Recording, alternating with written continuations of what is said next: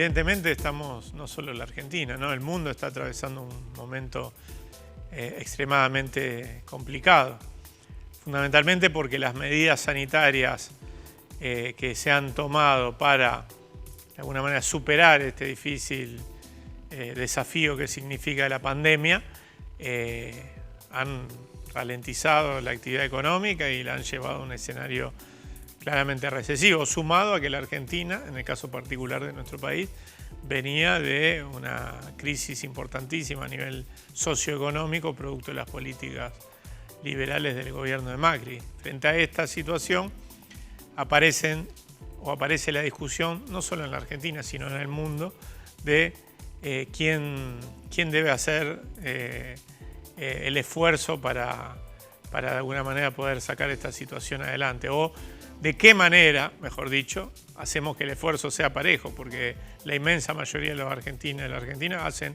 un gran esfuerzo, ¿no? Cediendo, no saliendo en algunos casos a trabajar, cosa que genera que no puedan tener un ingreso cuando se trata de los trabajadores autónomos, los que no están en relación de dependencia. Entonces, evidentemente, se abre la discusión, primero sobre los inmensos niveles de desigualdad que ha generado, sobre los que estamos parados, ¿no? Y que la pandemia profundizó. Si hay algo que desnuda la pandemia es eso, la desigualdad en la relación entre los seres humanos, y después lo objetable de las relaciones entre los seres humanos y la naturaleza, ¿no? Que es otro gran tema a discutir y a resolver. Pero en lo que hace a las desigualdades profundas, hay un número que es un termómetro de esto, que son los 9 millones de familias que hoy, uno no puede decir que viven del ingreso familiar de emergencia, porque nadie vive con 10.000 pesos, pero que encuentran como único ingreso, hoy tienen como único ingreso formal el IFE, ¿no? El ingreso familiar de emergencia. Esto desnuda una situación de enorme inequidad. El aporte extraordinario a las grandes fortunas, que es un aporte que está dirigido exclusivamente o tendría de alguna manera como protagonista o como universo, ¿no es cierto?, a afectar, son 12.000 personas en todo el país. Y estamos hablando de grandes fortunas en serio, ¿no? Entonces, en ese marco, nosotros entendemos que es una discusión necesaria, que tiene que ir de la mano, por supuesto, porque estamos hablando de un aporte extraordinario que significaría 1/3 de lo que el Estado Nacional puso en términos de recursos para el IFE, el ATP, congelar las tarifas de servicios públicos, etcétera, 1/3. Es decir, ¿esto alcanza para construir una sociedad más junta? No, seguramente no. Por eso en realidad es un aporte excepcional y de emergencia.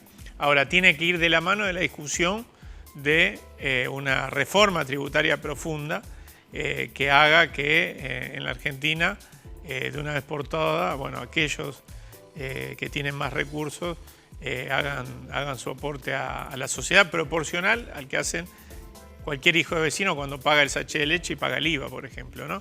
Entonces, en ese marco nosotros entendemos que es un debate necesario acá en la Argentina y en el mundo, pero sobre todo en la Argentina porque vivimos altos niveles de desigualdad, ¿no? Y venimos de una etapa durante el gobierno de Macri donde los sectores, los deciles más altos en términos económicos de la población, aquellos que ostentan los niveles socioeconómicos más altos, han durante estos años anteriores de alguna manera visto o han sido afectados de menor manera, ¿no es cierto?, en la escala impositiva, y han visto cómo se alivianaba la carga, ¿no es cierto?, impositiva sobre sus patrimonios a través de bienes personales, ¿no es cierto?, que se ha disminuido el aporte, etc. Entonces, en ese escenario, nosotros entendemos que hay que volver a discutir no solo como se suele discutir la pobreza, sino también y fundamentalmente la riqueza, ¿no? Que es lo que están haciendo muchos países en el mundo, ¿no? Bueno, nosotros precisamente esto que planteamos no solo durante la pandemia, lo venimos planteando desde hace 4 o 5 años con distintas iniciativas, que es la creación de un fondo anticíclico que permita, retocando, ¿no es cierto?, aumentando la alícuota de lo que pagan en concepto de DREI los bancos y los puertos, los bancos, las entidades financieras y los puertos, podríamos conseguir una masa de recursos que representaría 1/3 de lo que puso el municipio en materia de transporte durante todo el año pasado, solamente tocando en algunos puntos la alícuota de bancos, financieras y puertos. ¿Es posible esto? Ya demostramos que sí, porque en el 2018, en la discusión del presupuesto, logramos que uno de estos proyectos, el que tocaba la alícuota del DREI a los bancos, pueda ser aprobado en un porcentaje muy menor al que planteamos, pero de alguna manera esto no generó ni una fuga masiva de bancos que se fueron a otro lado, etcétera. Todo eso no existe. Son prevenciones que no tienen que ver con la realidad, ¿no? Nosotros entendemos que el transporte público no le sirve solamente al usuario, le sirve a la actividad económica, la actividad comercial, a la actividad educativa, cultural, social de una ciudad.